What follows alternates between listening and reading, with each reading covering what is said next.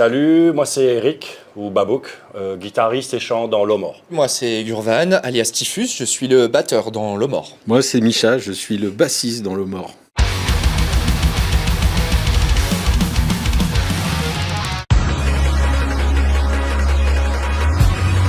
Ça vient de mon ancien groupe que j'avais dû arrêter à l'époque, qui s'appelait Black Babouk.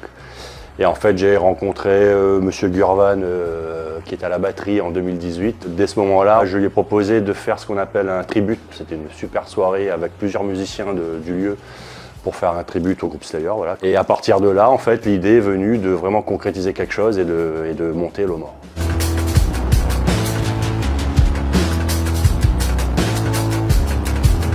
C'est pas un choix en fait, c'est juste que c'est la seule chose que je sais jouer. La guitare et le métal en fait c'est très lié, c'est un instrument j'allais dire primordial dans le style. Et en fait naturellement, en ayant découvert le métal via le thrash, c'est ce que je fais naturellement.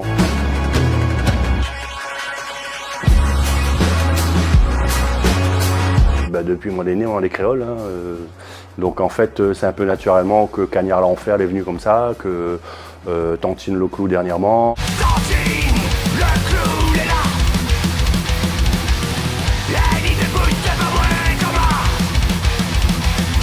Il n'y a pas de militantisme. Franchement, c'est pas du tout le genre de truc que nous on recherche.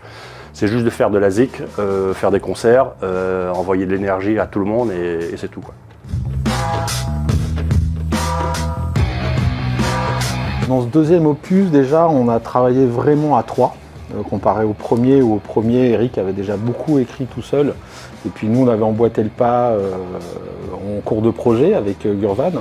Et là, sur ce deuxième album, on est parti d'une feuille blanche et puis on a décidé de tout faire à trois, les compositions, un petit peu les textes, etc. Pour nous, c'est un peu cliché de dire ça, mais disons un peu un album qui est plus mature, plus construit. On a réussi à se trouver vraiment une façon de communiquer entre nous, d'aller plus en profondeur dans le travail des morceaux.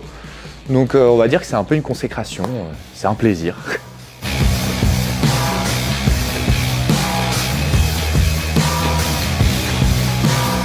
Là, ça a un petit peu changé. Il y a toujours on va dire, cette image un petit peu provocatrice de ce style. Les gens ne comprennent pas forcément d'où ça vient, les différents styles, etc.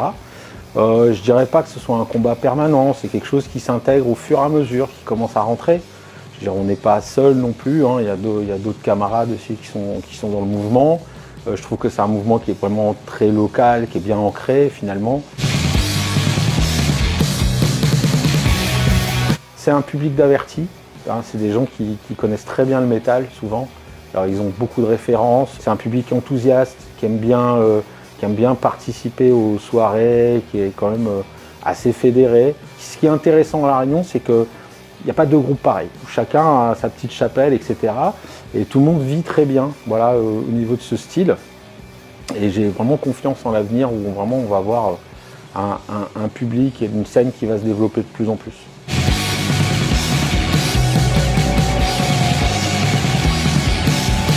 Je sais pas si c'est encore un acte de rébellion ou pas, toute musique est plus ou moins politique. En fait, je dirais plutôt que c'est un exutoire, pour ma part en tout cas.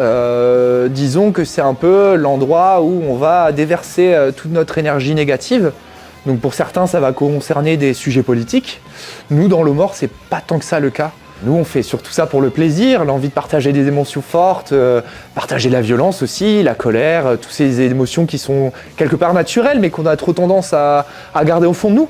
Et c'est une belle opportunité de pouvoir partager des sentiments avec le public.